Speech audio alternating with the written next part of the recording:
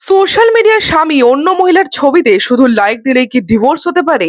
হ্যাঁ, এবার এমনই ঐতিহাসিক রায় দিল তুরস্কের সুপ্রিম কোর্ট অফ অ্যাপিলস। আদালতের মতে, স্বামী যদি বারবার অন্য কোনো মহিলার পোস্টে লাইক দেয় তাহলে তা বৈবাহিক বিশ্বস্ততার লঙ্ঘন।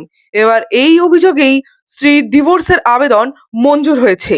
শুধু তাই নয়, আদালত স্বামীকে মাসে 25 পাউন্ড খোরপোশ এবং এককালীন 1,500 পাউন্ড ক্ষতিপূরণ দেওয়ার নির্দেশ দিয়েছে। লিখিত রায় আদালত স্পষ্ট বলেছে, অনলাইন আচরণ আর তুচ্ছ নয়। ভবিষ্যতে ডিভোর্স মামলায় চ্যাট, স্ক্রিনশট, ডিজিটাল রেকর্ড সবই প্রমাণ হিসেবে গণ্য হবে।